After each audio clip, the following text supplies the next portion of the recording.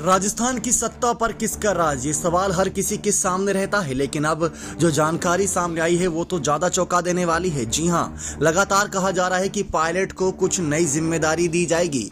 मुख्यमंत्री पद से पायलट को भी दूर किया जाएगा और गहलोत को भी। ये अपने आप में चौंका देने वाला मामला है। आप सभी को बता दें कि कांग्रेस के विश्वस्त सूत्रों से मिली खबरों के अनुसार अशोक गहलोत को मुख्यमंत्री पद से हटाने का निर्णय लिया जा चुका है। इसकी क्रियान्वित कब होगी फिलहाल ये तय नहीं है। लेकिन आप सभी को बता दें कि दिवाली आते आते सबसे बड़ा धमाका कांग्रेस पार्टी में होने वाला है राजस्थान की सत्ता में। गहलोत के हटने का मतलब यह नहीं कि सचिन पायलट इस कुर्सी पर काबिज होंगे।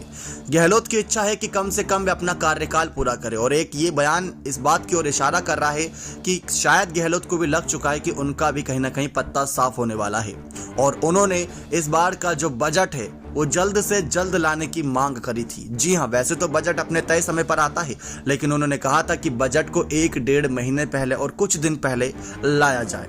12 महीने से कम का समय बचा है राजस्थान में चुनाव को। सीएम चेहरे को लेकर जंग जारी है अब कांग्रेस पार्टी में। पिछले 3 साल में गहलोत के मुंह से कम 1000 रगड़ाई शब्द निकल चुके हैं। लेकिन आपको बता दें कि यहाँ पर जवाब इसका ये मिलता है कि पायलट ने जिस तरीके से गहलोत के सामने कई मुश्किलें खड़ी कर रखी और सरकार पर ही सवाल उठा रखे हैं कि सरकार रिपीट क्यों नहीं हो पाती है। इन्हीं सब बातों को ध्यान में रखते हुए पायलट को कुछ बड़ी जिम्मेदारी दी जा सकती है।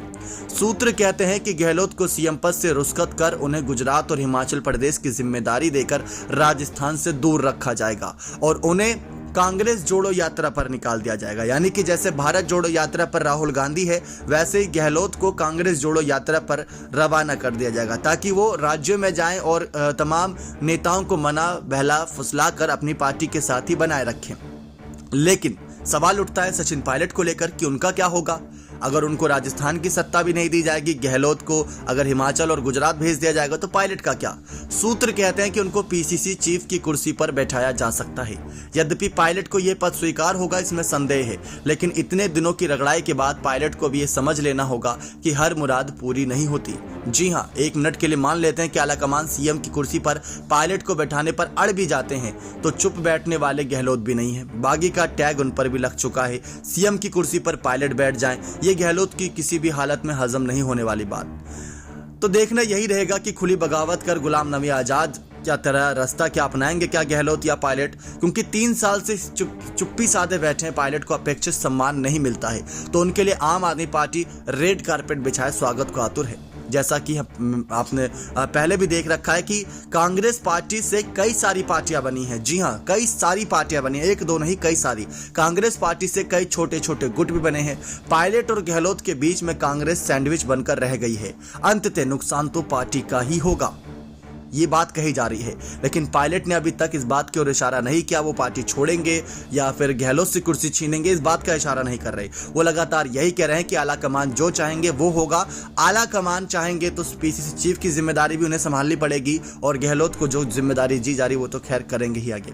चर्चा है कि सीपी जोशी का नाम गहलोत आगे कर सकते हैं, लेकिन पायलट का यह नाम स्वीकार होगा इसमें संदेह है।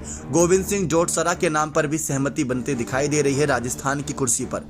बदली हुई परिस्थितियों में लालचंद कटारिया और हेमाराम चौधरी की भी लॉटरी खुल सकती है। वैसे ममता भूपेश का विकल्प भी समाप्त नहीं हुआ है, लेकिन सबसे बड़ी चर्चा पायलट के पद को लेकर थी और पायलट को पीसीसी का अगर चीफ नियुक्त किया जाता है तो ये भी उनके लिए बहुत बड़ी जिम्मेदारी होगी और राष्ट्रीय स्तर पर जिम्मेदारी होगी।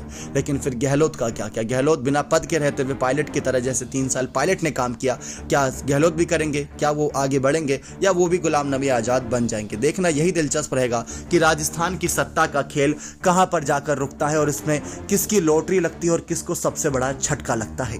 नेक्स्ट 9 न्यूज रूम की रिपोर्ट।